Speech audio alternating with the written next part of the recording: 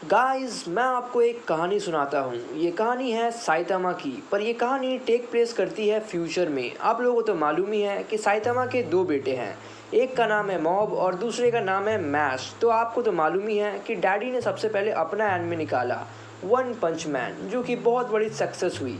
फिर उन्होंने मॉब के ऊपर इन्वेस्टमेंट किया, जो कि थी मॉब साइको 100, और इमोशनली वो ऑडियंस के साथ कनेक्ट कर गई। पर डैडी को मैथ्स को भी इंट्रोड्यूस करना था, पर उनके राइटर वन के पास टाइम नहीं था। तो उन्होंने अपने दोस्त हाजिमे कोमोटो को बोला कि भाई एक एनिमे बना जिसमें कैरेक्टर साइतामा जैसा हो, और बाकी तुझे जो क्रिएटिव करना है, जहाँ से इंस्पिरेशन लेना है ले ले, पर जब भी उस एनिमे की बात हो तो साइतामा का नाम आना चाहिए। और ये मैं इसलिए कह रहा हूँ क्योंकि अभी मैं गाराओ वर्सेस डार्क साइन के मांगा पैनल्स बनाने में बिजी हूँ, और प्लानिंग भी चल रहा है कि कैसे हम साइतामा वर्सेस गाराओ दिखाए। तो समझ रहा है ना मेरे दोस्त।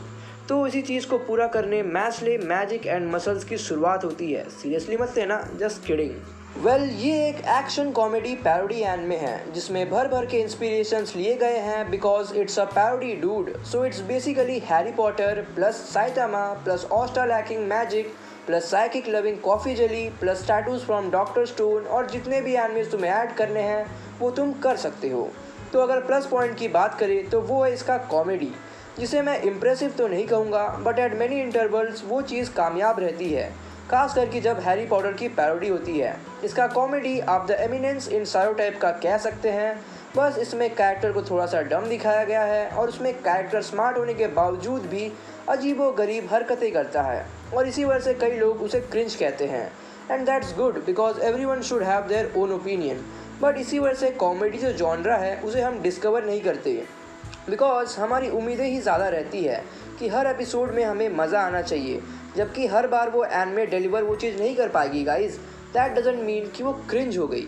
अब जैसे गाइज कई लोगों को गाइज जोसेफ कॉमेडी क्रिंज लगता है, बट कई लोगों को वो अच्छा भी लगता है। It's just the difference of taste that some episodes are not meant for you.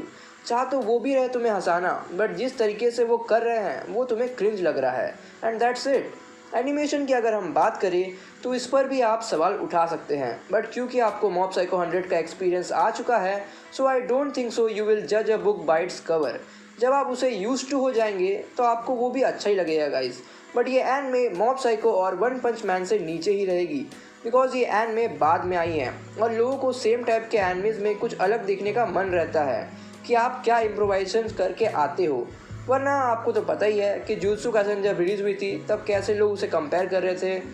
समझ रहे हो ना गाइस। तो चलिए बात करते हैं प्लॉट की। कहानी रिवॉल्व करती है मैश के ऊपर, जो एक ऐसे दुनिया में रहता है जहां मैजिक ही सब कुछ है, पर अपना मेन कैरेक्टर मैश एक मैजिकलेस लड़का होता है, और इसी कारण से उसके पिताजी उसे शहर से दूर रखते हैं, बिकॉज अगर किसी को पता चल गया कि वो मैजिकलेस है तो उसे मार दिया जाएगा। तो इसीलिए सेल्फ डिफेंस में वो उसे फिजिकल ट्रेनिंग कराते थे। पर एक दिन जब वो घर में नहीं होते तो मैश अपना पेट पूजा करने के लिए शहर जाता है, बिकॉज क्रीम पफ्स उसे बेहद पसंद था।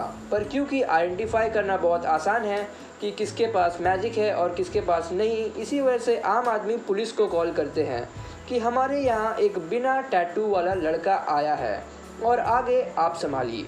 तो इसी वजह से ब्रैड कोलमैन, जो कि एक पुलिस ऑफिसर होता है, वो उसे पकड़ने जाता है, लेकिन उसके पिताजी उसे वहाँ से बचाकर घर ले आते हैं।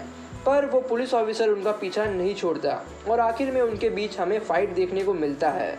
पर पुलिस ऑफिसर मैश के सामने एक ऑफ़र रखते हैं जिससे सोसाइटी उसको एक्सेप्ट करेगी और वो उनका पीछा छोड़ देंगे, जिसे मैश भी एक्सेप्ट कर लेता है और एक प्रेस्टीजियस मैजिक स्कूल में वो एनरोल होता है। तो क्या उस ऑफ़र को मैश पूरा कर पाएगा? जानने के लिए देखिए मैस्ले मैजिक एंड मसल्स।